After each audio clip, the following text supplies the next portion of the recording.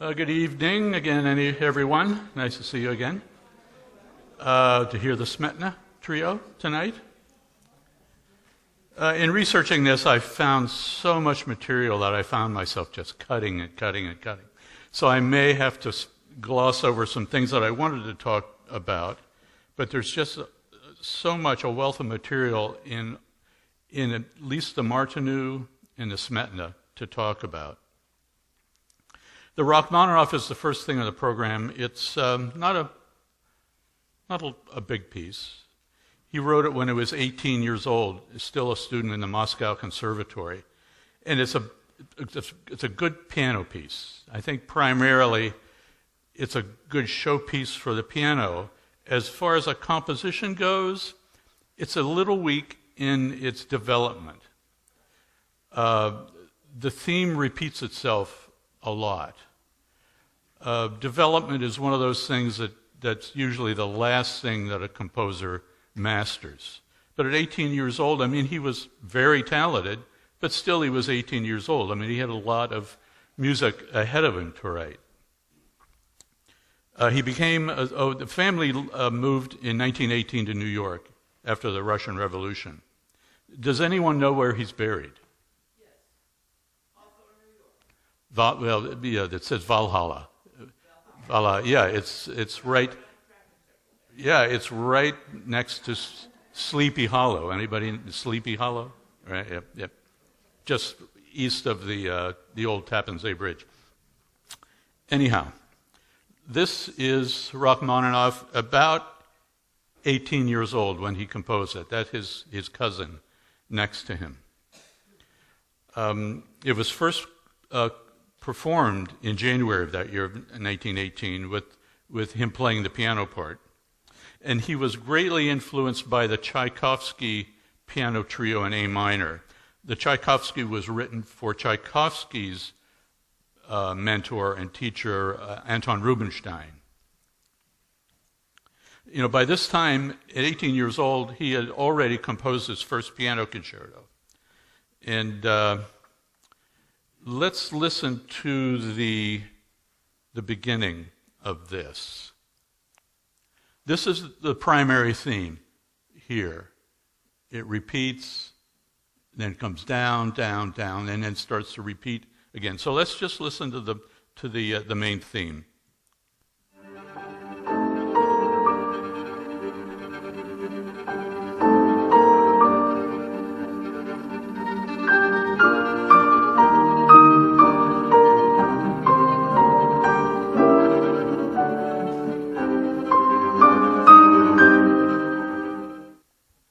This theme permeates the whole movement.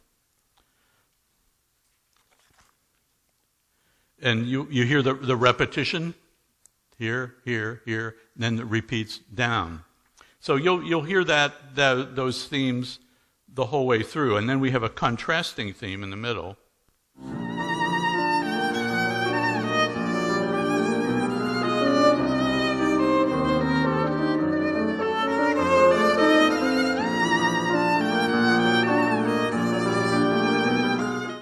Again, more repetition. And there's two things that tie this piece and the last piece together, the Smetana trio, and that's a funeral march. And this is the funeral march from the Rachmaninoff. And you see this is the same theme as in the beginning. But what you see down here is like the tolling of the bells, the funeral bells. And it says 8, that means an octave lower. So these are the next to the lowest notes on the piano. So it's a very funereal sound. Let's hear that.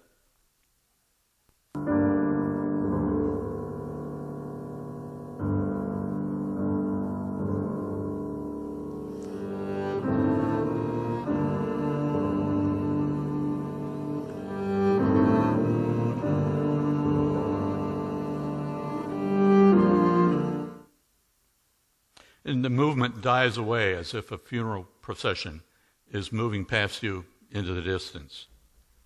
It's not a difficult piece to follow. It's in an A, B, A structure.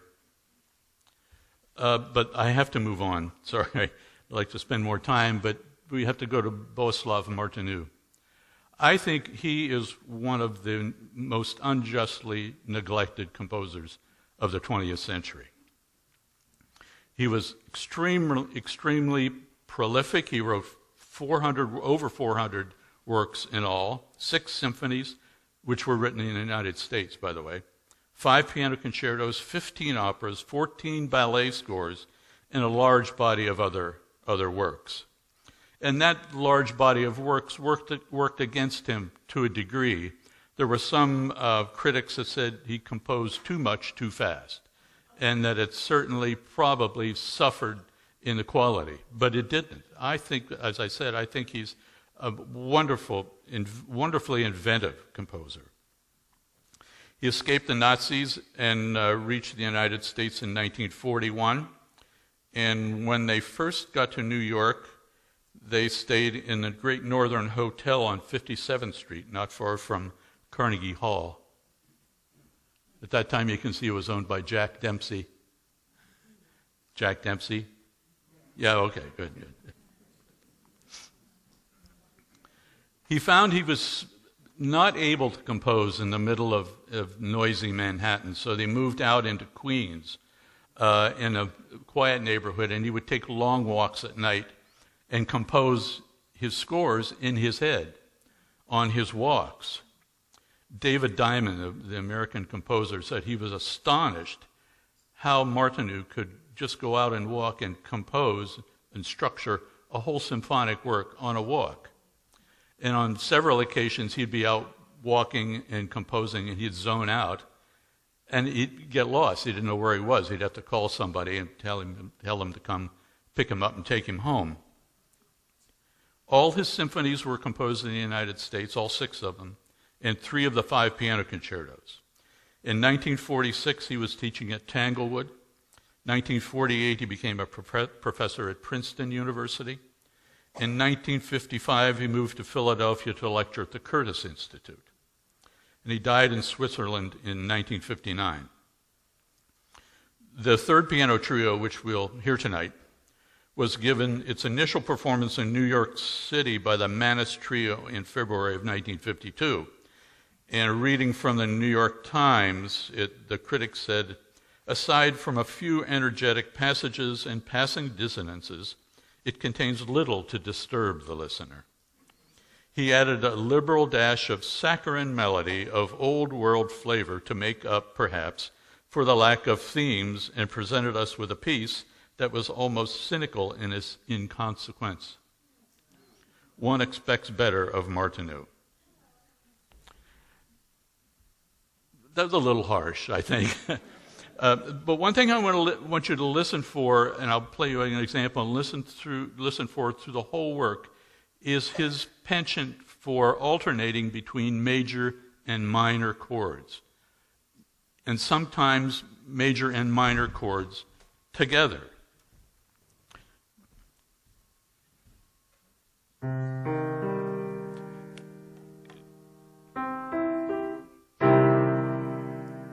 You hear that grating, the grating. That's the E flat of the minor chord against the E natural of the major chord.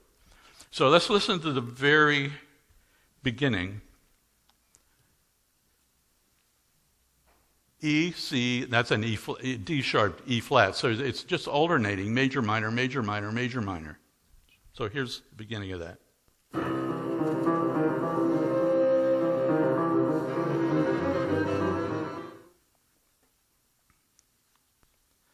And this change and vacillation between major and minor occurs the whole way through. So I'll play a bit more of the opening of the movement.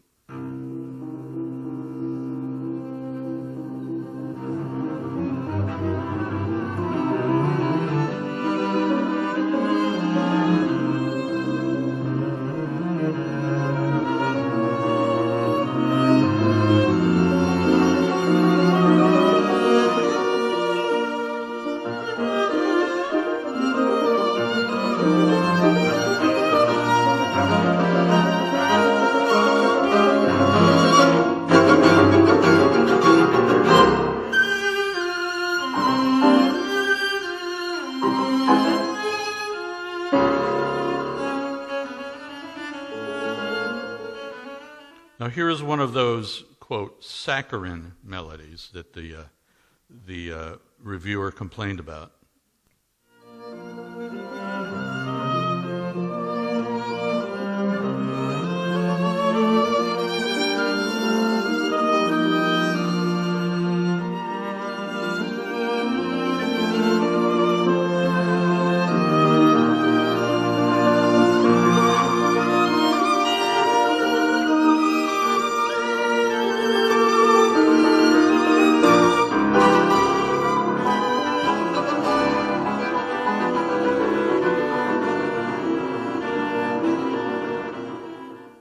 And right before the recapitulation, there's one of these episodes where they have the major and the minor chord on top of each other. Listen for the grinding effect.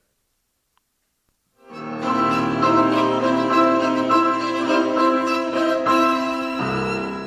hear that?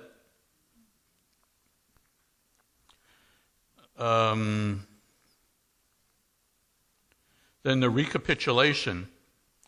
The beginning theme comes back in. It's not hard to spot, but it comes in after another of these major minor episodes.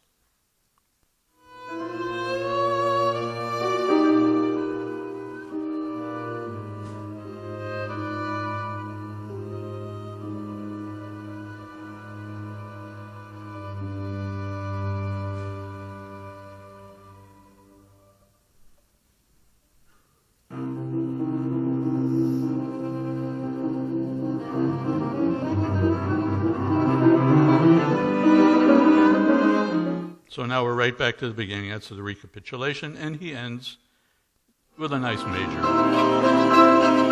Again, major, minor, major, minor.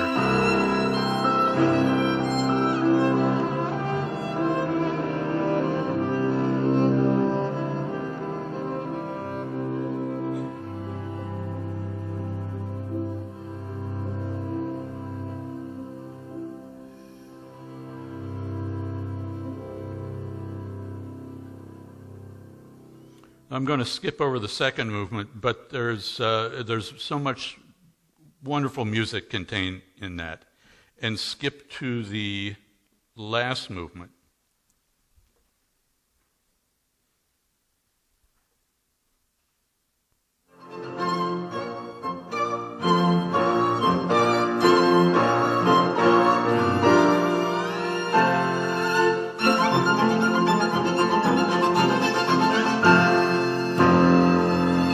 That's the very end. But again, you have a major chord at the top, an F major chord, and an F minor chord on the bottom. Let's hear that again.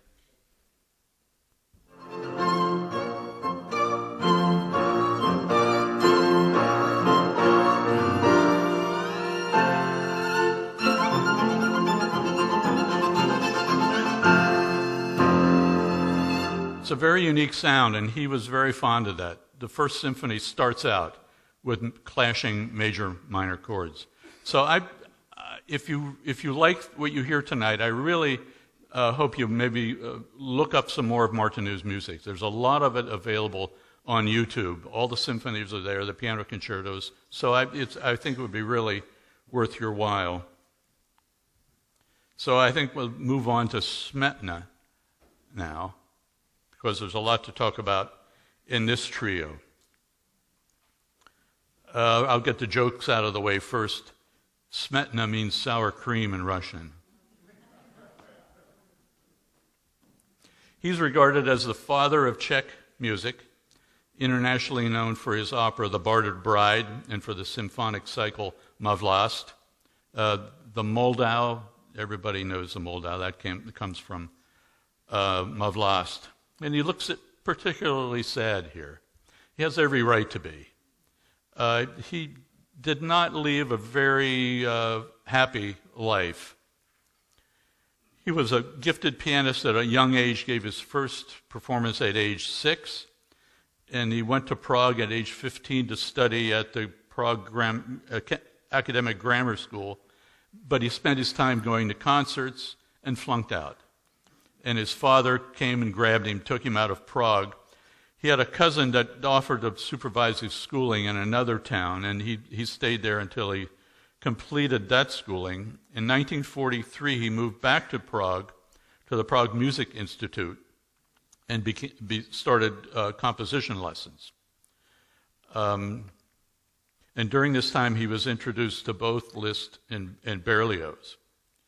So after he's completing his studies in 1847, he set out on a tour of Western Bohemia, hoping to establish a reputation. It was a failure. So he moved back to Prague. In 1848, at age 24, he started the Piano Institute with 12 students. That was a failure. In 1853, he composed a triumphal symphony, which was coolly received, and that was a failure.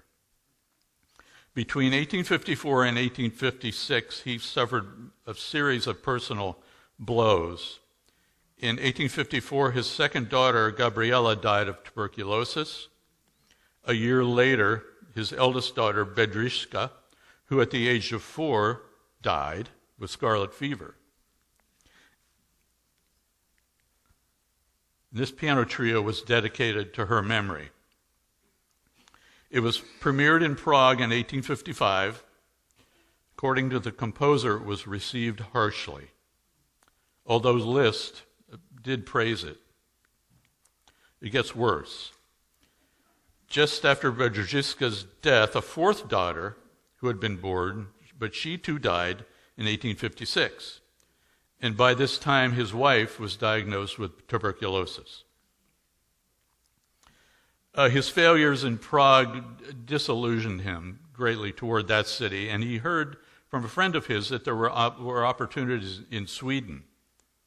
So in 1856, he left without his wife to Gothenburg, writing to his parents, "Prague did not wish to acknowledge me, so I left it." And he wrote to Liszt that Sweden was so musically unsophisticated that I can become famous rather quickly. And he did. He became sort of a national hero, musical hero in Sweden. He wrote 3 early symphonic poems on Swedish subjects. Within a few weeks, he had opened a music school, gave a recital, and was rapidly overwhelmed with applicants. And then he became conductor of the Gothenburg Society for Classical Choral Music. And it was there in Gothenburg that he revised this piano trio in 1858, and it wasn't published until 1880, though. Became homesick, moved back to Prague, and he tried to become director of the Provisional Theater, which was later the Prague Conservatory, and that failed. His premiere of The Bartered Bride was a failure. And he made artistic enemies, so he got no support from any of the cognoscenti in the city. And he tried to develop a new style of national opera, but that also failed. Critics said that under Smetana, Czech opera sickens to death at least once annually. By the winter of 1882, he was experiencing depression, insomnia, hallucinations, giddiness, cramps, and temporary loss of speech. By 1874, he was stone deaf. But during that period, he composed his greatest work, Mavlas, the cycle of 6 symphonic poems, 2 string quartets, and 3 operas. Finally, he had attained the recognition that he wanted. This trio captures Smetana's deep sorrow and alternates between grief and defiant optimism. Let's listen to the first theme that starts out the piece.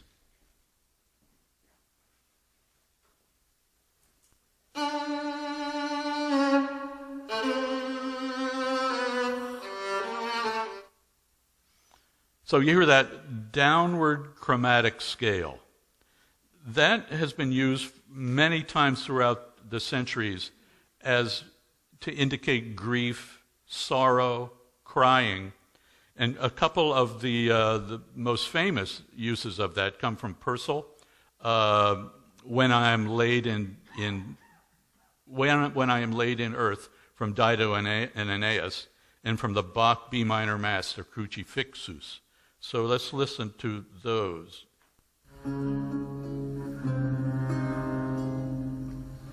Downward chromatics.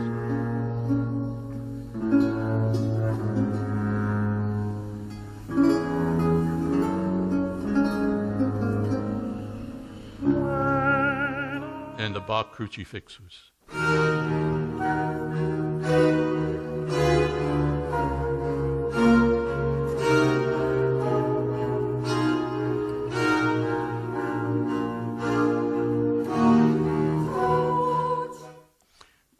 We get this almost a cry of pain when the violin leaps that octave from that B flat to that B flat, and then down again from this A to that A.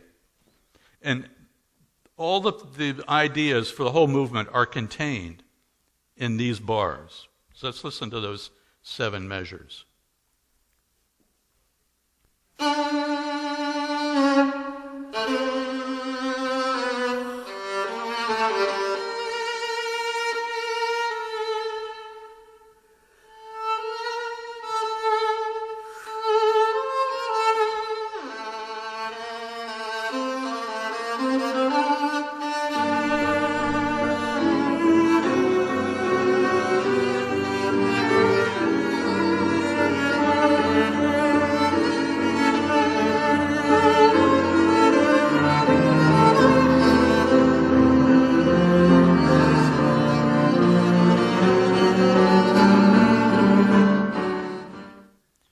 The second theme in the first movement alludes to a tune that his daughter Bedrzejewska particularly loved.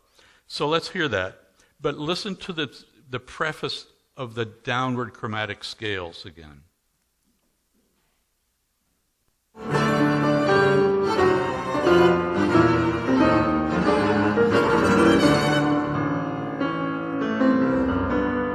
Downward chromatics.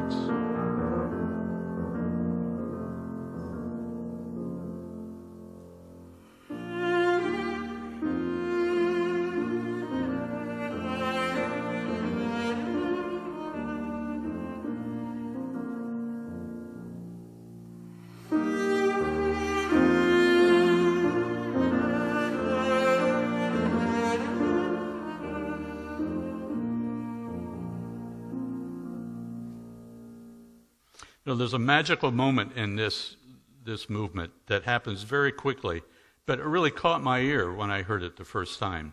He does these harmonic side slips.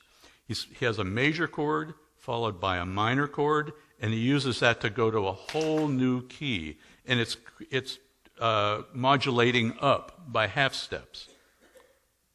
Minor.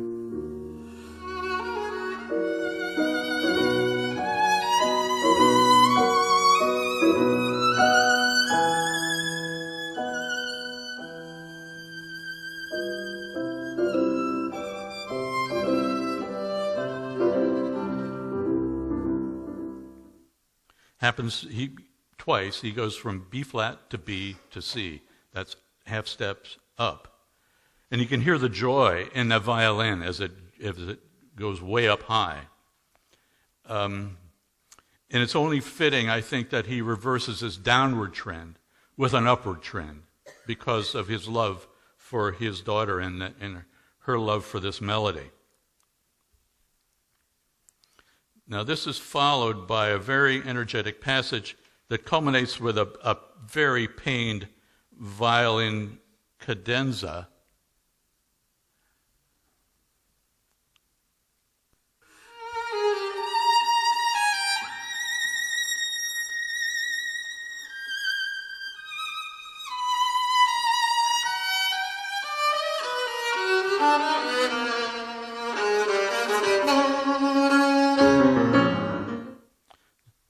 That's almost like a scream of grief there. This section is followed by a passage of what I think is could be termed heroic optimism on the daughter theme, on his daughter's theme, but it's quickly interrupted again by the ever-present grief in this movement.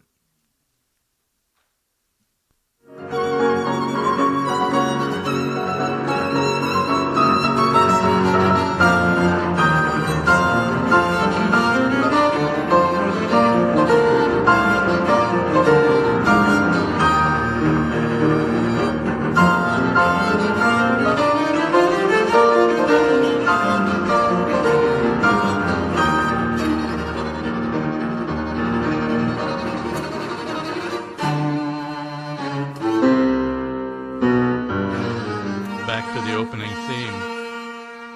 I mean, all these passages like this sound to me forced, as if he's trying to, by his own force of will, to dispel his grief. But it never really happens.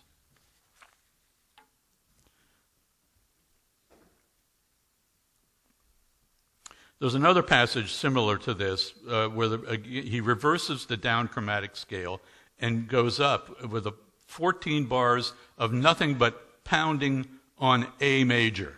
Just, sometimes Beethoven will get a chord in his head and just pound away on it. And that's what he does here. Going up.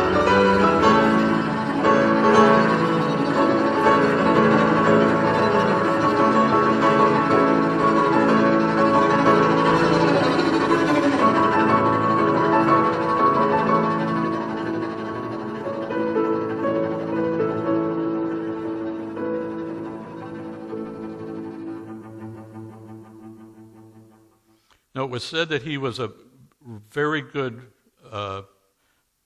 player of the music of Chopin, and he wrote 3 cadenzas for himself in this piece, and they sound very Chopin-esque. You get the feeling that maybe in these cadenzas there's some emotional release, but there isn't. It recaps right back into this opening theme. Here's the first cadenza.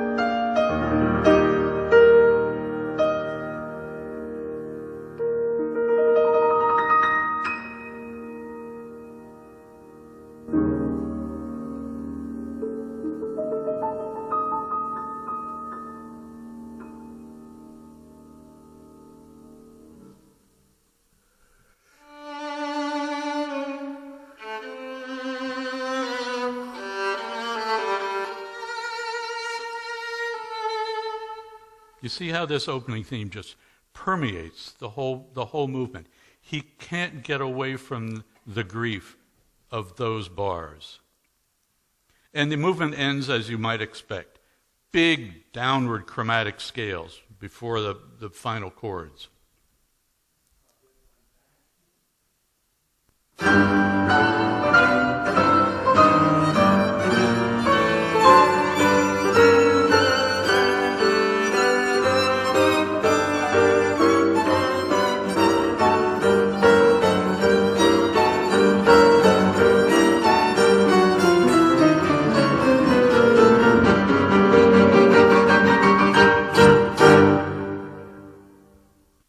So moving on to the second movement, we get some release.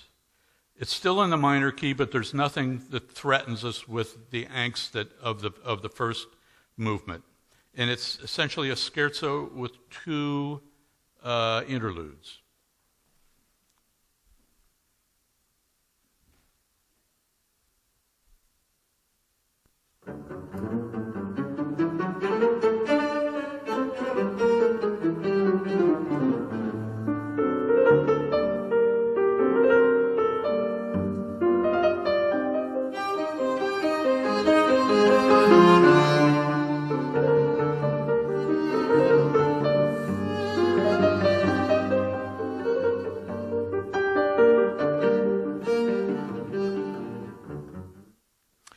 The first trio has this wonderful folk-like melody, which I think is probably one of the most touching melodies in the whole piece.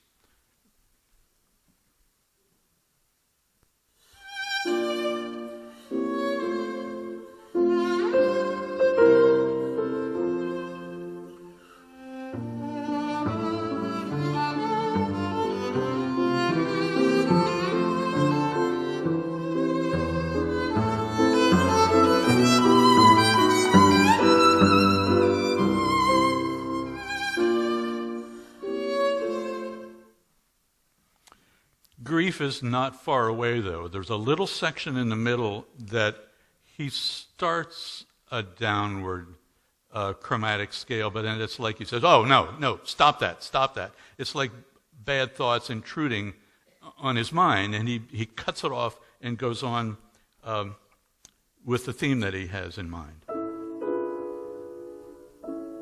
Down, no.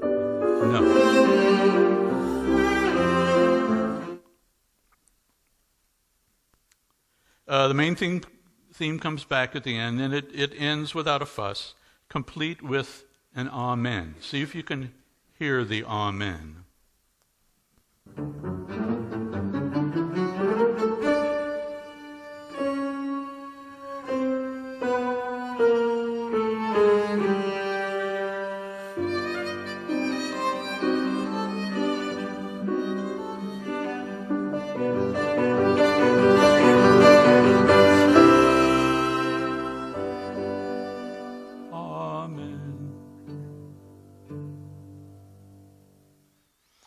We get to the third movement, and it's frantic. It's from the very beginning. It's frantic, similar to the frantic song that Schubert wrote, Die Irrkönig, where you have a father on horseback with his dying son, racing to who knows where to try to save his dying son.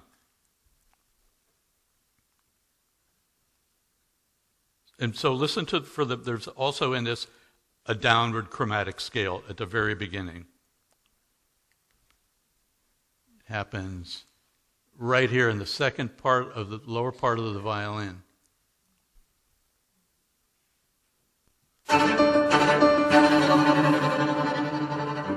Hear it? Now he used this. There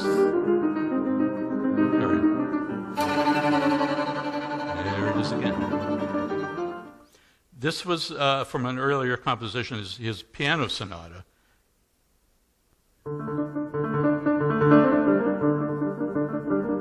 But without that chromatic.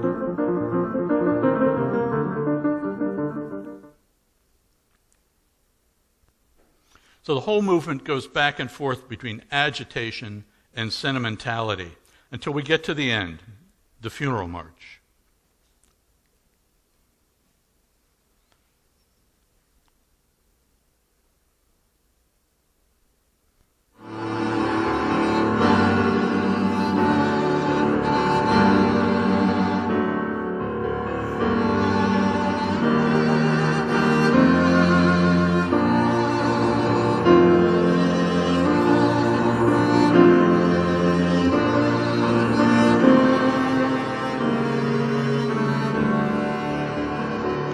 Does that sound any way familiar?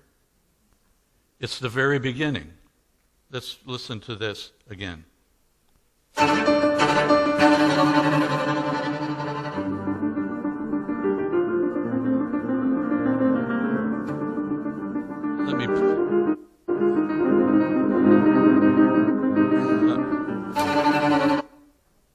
Let me play that and point out the notes.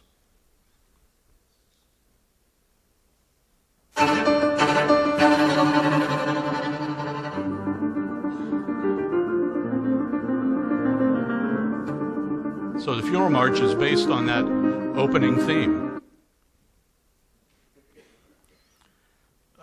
So we get to the end, and it ends on this grand peroration where we think this will finally give us some resolution and a triumphant ending. But we're suddenly brought up short with this opening theme and then off to the end.